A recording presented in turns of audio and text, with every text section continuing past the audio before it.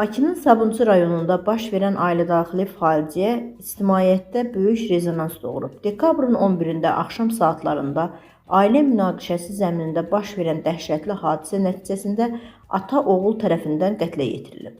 Sferas xəbər verir ki, hadisə Sabunçu rayonu ərazisində yerləşən mənzildə qeydə alınıb. İlkin məlumata görə 2006-cı il təvəllüdlü Ayxan Vəlzadə ailə münaqişəsi zamanı atası 1981-ci il təvəllüdlü İxtiyar Vəlzadəyə kəsici alətlərlə xəsarət yetirib. Hadisənin təfərrüatı tam açıqlanmasa da, mübahisənin qəfil alovlandığı və gərginliyin bu cür faciəli sonluqla nəticələndiyi bildirilir.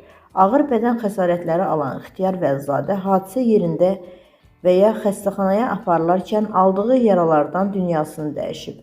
Mərhumun ölüm səbəbi ekspertizanın nəticələrindən sonra dəqiqləşəcək.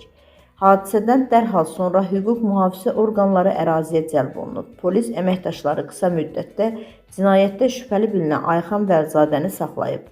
Hazırda onun barəsində cinayət işi açılıb və istintaq tədbirləri aparılır.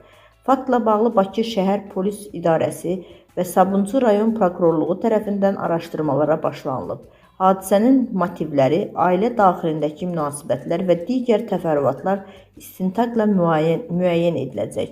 Qeyd edək ki, ailədaxili zorakılıq və gənclər arasında aqressiv davranışların bu cür faciələrə səbəb olması cəmiyyətdə dərin narahatlıq doğurur.